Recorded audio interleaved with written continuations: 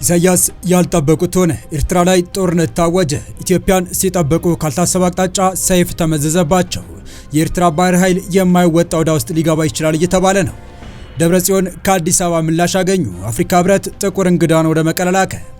ትራምፕ ጦራቸውን በናይጄሪያ አሰማሩ። የአሜሪካው ጦር ሰራዊት ወደ ናይጄሪያ ማሰማራቱን አረጋገጠ። ጦርነትን የስልጣን ዘመናቸው ማራዘሚያ አድርገው የሚመለከቱት የኤርትራው ፕሬዝዳንት አምባገነኑ ኢሳያስ አፈወርቂ ፈጽሞ ካልጠበቁት አቅጣጫ ከባድ ማስጠንቀቂያ ደርሷቸዋል። ከኢትዮጵያ ጋር በቀይ ባህር ጉዳይ በገቡበት ውጥረት ምክንያት ኢትዮጵያን ሲጠብቁ ከሌላ አቅጣጫ ሰይፍ የተመዘዘባቸው የሻዕቢያው መሪ ድንጋጤ ውስጥ ገብተዋል። ጉዳዩ የባህር ኃይላቸውን የሚመለከት መሆኑና የባህር ኃይላቸው ደግሞ የማይወጣው መሆኑ ጭንቀታቸውን ከፍ አድርጎታል። ሁኔታው ለኢትዮጵያ እንደ ጥሩ አጋጣሚ የሚቆጠር ነውም ተብሏል። በዝርዝር እንመለከተዋለን። በሌላ መረጃችን ደግሞ በኢራን ላይ የመጀመሪያውን ቃጣቸውን የሳቡት ትራምፕ ወደ ምዕራብ አፍሪካዊቱ ሀገር ናይጄሪያ ፊታቸውን አዙረዋል። ትራምፕ ጦራቸውን ወደ ናይጄሪያ ማሰማራታቸው ተረጋግጧል። የነዚህንና አፍሪካ ህብረት ጥቁር እንግዳውን ወደ መቀለ መላኩን ጨምረን ለሳቱ ልናስደምጣችሁ ተገኝተናል። ሰላም ውድ የሁሉ ዴይሊ ቤተሰቦች እንደምናላችሁ፣ ቻናሉን ሰብስክራይብ፣ ላይክ፣ ሼር ያደረጋችሁ እስከ መረጃዎቻችን ፍጻሜ አብራችሁን ቆዩ።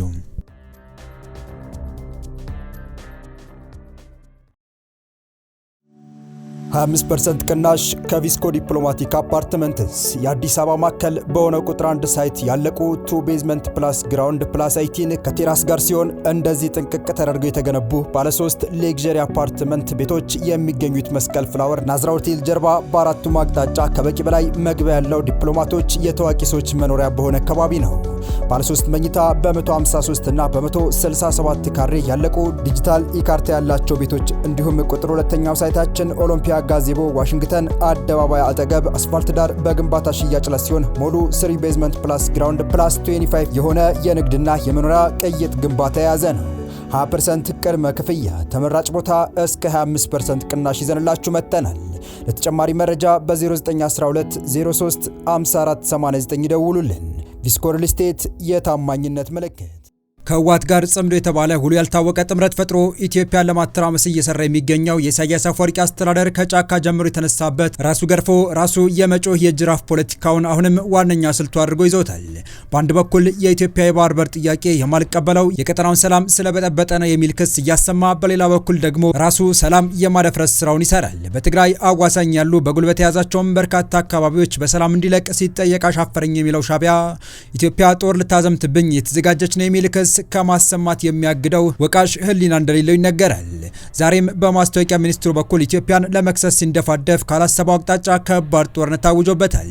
አስደንጋጭ ጦርነት የታወጀበት የተለመደ የዝርፊያ ወታደራዊ ትንኮሳ ማድረጉን ተከትሎ መሆኑን የታወቀ ሲሆን ጦርነቱ የሚፈነዳ ከሆነ ምስራቅ አፍሪካ ብቻ ሳይሆን የቀይ ባህር ቀጠና ከባድ ቀውስ ውስጥ ይገባል በሚል ከወዲሁ በርካቶች ስጋታቸውን እየገለጹ ናቸው። የኤርትራ ባህር ኃይል ትንኮሳ ፈጽሟል። ትንኮሳው ተደጋጋሚና ከልክ ያለፈ መሆኑን ይፋ ያደረገው በሁቲ ታጣቂዎች የሚዘወረው የየመን መንግስት ኤርትራ ከድርጊቷ በአስቸኳይ ካልተቆጠበች ከባድ አጸፋ ሰጣታለሁ ማለቱ ተሰምቷል። ጉዳዩ ለኢትዮጵያ ትልቅ እድል የሚያመጣ እንደሚሆንም እየተነገረ ነው።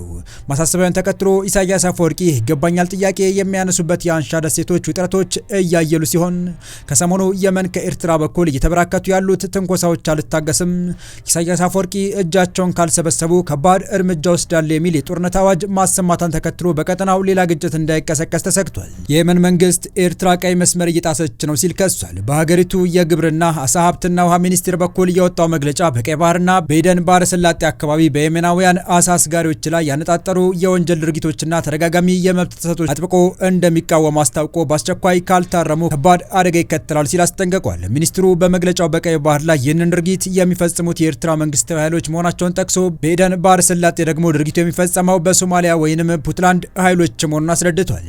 መግለጫው ሲቀጥልም የኤርትራ ባህር ኃይል ድንበር ጠባቂዎች በቀይ ባህር አሳ በማጥመድ ላይ በሚገኙ የመናውያን ላይ ቀጥተኛ ተኩስ በመጠቀማቸው ሞትና የአካል ጉዳት መድረሱን ገልጾ በርካቶችም ታፍነው መወሰዳቸውን አስታውቋል። የድርጊት የአሳስጋሪዎችን ደህንነት ኑሮና ክብር የሚነካ መሆኑን ጠቅሶም የመስራትና የመኖር መብታቸውን የሚጥስ አደገኛ ተግባር እንደሆነ አስረድቷል። በተጨማሪም ተመሳሳይ ድርጊት ቦሳሶ አካባቢ መፈጸሙን የጠቀሰው መግለጫው በመሆኑም የኤርትራና ፑንትላንድ ባለስልጣናት ያሰሯቸውን የመናውያን አሳስጋሪዎች በአስቸኳይ እንዲለቁ ለደረሰው የህይወት አካላዊና የንብረት ውድመትም ተጠያቂ የሆኑትን ለህግ እንዲያቀርቡ ጥሪውን አቅርበዋል። በተለይ በኤርትራ ባህር ኃይል ድንበር ጠባቂዎች እንዲህ አይነት ድርጊት በተደጋጋሚ መፈጸሙን የጠቀሰው መግለጫው የተባበሩት መንግስታት ድርጅት፣ ዓለም አቀፍ የመብትና የሰብአዊነት ተቋማት፣ ሌሎችም የሚመለከታቸው አካላት በሙሉ ድርጊቱን እንዲያወግዙም ጠይቋል።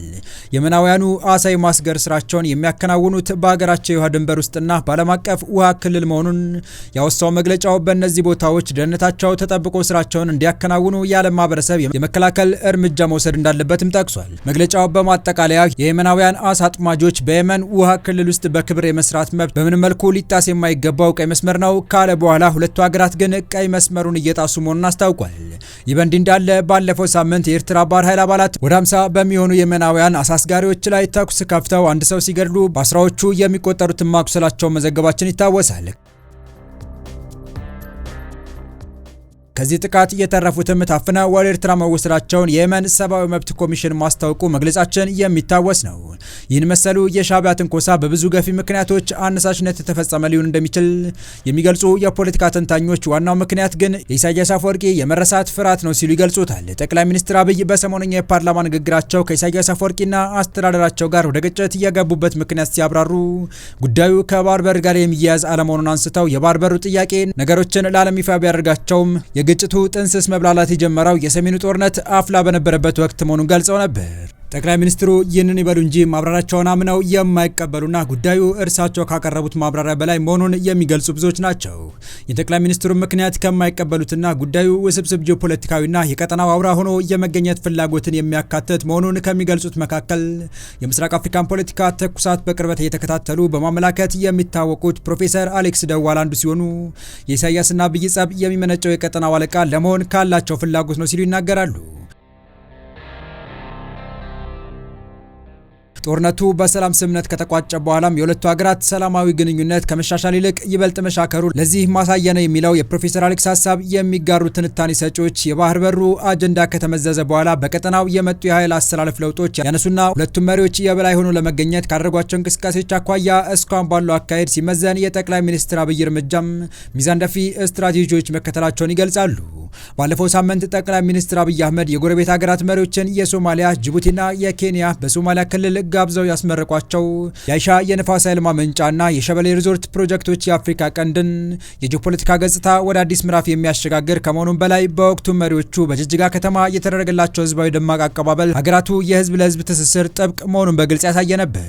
ይህ ጉብኝት ኢትዮጵያ በቀጠና ያላትን ዲፕሎማሲያዊ ተሰሚነት ከማሳየቱም በላይ ሀገራቱ ልዩነቶቻቸውን ወደ ጎን በመተው በጋራ የልማት አጀንዳዎች ላይ እንዲያተኮሩ ትልቅ መነሳሳትን የፈጠረ ነበር።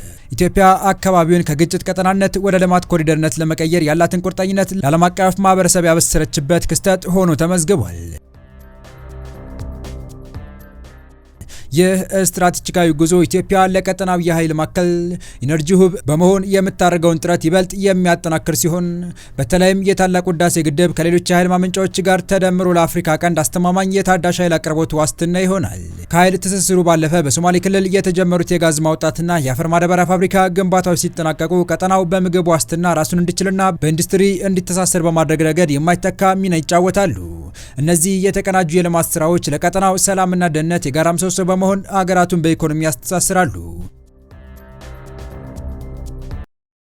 በቀጣይ መረጃ የአፍሪካ ህብረት ኤክስፐርቶችን ወደ መቀለ መላኩን አስታወቀ። የአፍሪካ ህብረት የፖለቲካ የሰላምና ደህንነት ኮሚሽን ዛሬ ባሰራጨው መረጃ የህብረቱን ከፍተኛ ኤክስፐርቶች ወደ መቀለ መልሶ መላኩን ገለጸ። የህብረቱ ሞኒተሪንግ ቫሪፊኬሽንና ኮምፕሊያንስ ሜካኒዝም አካል የሆኑት እነዚህ ኤክስፐርቶች አስተዳደራዊ እረፍታቸውን ጨርሰው ተመልሰው ወደ ትግራይ ክልል መሄዳቸውን አስረድቷል። ኮሚሽኑ እንዳስታወቀው ኤክስፐርቶቹ በፕሪቶሪያ የተፈረመውን ተኩስ አቁም ስምምነት አፈጻጸም የመገምገም ስራቸውን የሚቀጥሉ ይሆናል። በምርጫ ቦርድ እውቅና የተነሳ ህወሓት ሊቀመንበር ዶክተር ደብረጽዮን ገብረ ሚካኤል ከቀናት በፊት በሰጡት ምላሽ የአፍሪካ ህብረት የሰጠው መግለጫ ተቀባይነት ያለው መሆኑንና ህወሓት ለውይይትና ለመግባባት ዝግጁ መሆኑን ተናግረው ነበር። ህወሓት ሁል ጊዜ ለሰላምና መረጋጋት ያለውን ቁርጠኝነትና በእውነተኝነትና ሁሉን አቀፍ ውይይት ለመሳተፍ ዝግጁ መሆኑን ገልጸዋል። የፕሪቶሪያ የተኩስ አቁም ስምምነት ሙሉና ውጤታማ በሆነ መልኩ ተግባራዊ ለማድረግ የአፍሪካ ህብረት የሚያመቻች መሆኑን በጉጉት እንጠብቃለን ሲሉ በደብዳቤያቸው ገልጸው እንደነበር ይታወሳል። የአፍሪካ ህብረት ሊቀመንበር ማህሙድ አሊ ዩሱፍ በትግራይ ውስጥ ያለውን ውጥረት ለማቃለል ላደረጉት ተነሳሽነት አመስግነዋል። በተጨማሪም ሁለቱን የድርድር አካላት በአፍሪካ ህብረት ሽምግልና አማካኝነት የፕሪቶሪያ ስምምነት ትክክለኛ ትግበራ ለመወያየት ዝግጁ መሆናቸውን በአዎንታዊ ምላሻቸው ጽፈው እንደነበር የሚታወስ ነው።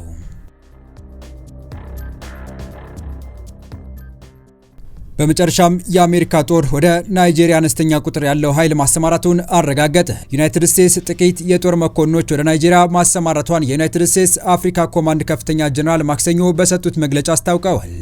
ጀነራል ዳቪን አንደርሰን እንደተናገሩት ከናይጄሪያው ፕሬዚዳንት ቦላ ቲኑቡ ጋር ባለፈው ዓመት መጨረሻ በሮም ያደረጉትን ስብሰባ ተከትሎ በምዕራብ አፍሪካ ያለውን የአሸባሪዎች ስጋት ለመፍታት የበለጠ መደረግ እንዳለበት የጋራ ግምገማ መደረጉን ጠቁመዋል። ናይጄሪያ ለበርካታ ዓመታት እያደረገች ያለው ጥረት ለመጨመር ከዩናይትድ ስቴትስ የተወሰኑ ልዩ ችሎታ ያላቸው የአሜሪካ ቡድን በማካተት በሀገራቱ መካከል ትብብር እንዲጨመር አድርጓል ሲሉ አንደርሰን አክለዋል። በታህሳስ ወር ፕሬዚዳንት ዶናልድ ትራምፕ በናይጄሪያ የታጣቂው ቡድን ኢላማዎች ላይ የአየር ጥቃት እንዲፈጽሙ ፍቃድ የሰጡ ሲሆን ተጨማሪ የአሜሪካ ወታደራዊ እንቅስቃሴዎችን በሀገሪቱ ሊከተሏቸው እንደሚችሉ አመልክተዋል። ትራምፕ ምዕራብ አፍሪካዊቱ ሀገር ክርስቲያን ህዝቦችን መጠበቅ አልቻለችም በማለት ክስ የሰነዘሩ ሲሆን ወታደራዊ እርምጃ እንደሚወስዱ ከዛቱ በኋላ ናይጄሪያ ከዋሽንግተን ከፍተኛ ምርመራ ገጥሟታል። በእነዚያ ስጋቶች መካከል ናይጄሪያ በተለይ አሳሳቢ ሀገር ተብላ ተለይታለች። የናይጄሪያ መንግስት በክርስቲያኖች የዘር ማጥፋት ወንጀል የተከሰሰውን ውንጀላ አጥብቆ ውድቅ አድርጎታል። የታጠቁ ቡድኖች ሃይማኖት ሳይመርጡ በሰላማዊ ሰዎች ላይ ያነጣጠሩ ናቸው ብሏል። የተወደዳችሁ የቻናላችን ቤተሰቦች ለአሁኑ ለእናንተ ይመጥናሉ ብታደምጧቸው ታተርፉባችኋላችሁ ብለን የመረጥንላችሁ ዕለታዊ መረጃዎቻችን እስካሁን ያደመጣችኋቸው ነበሩ።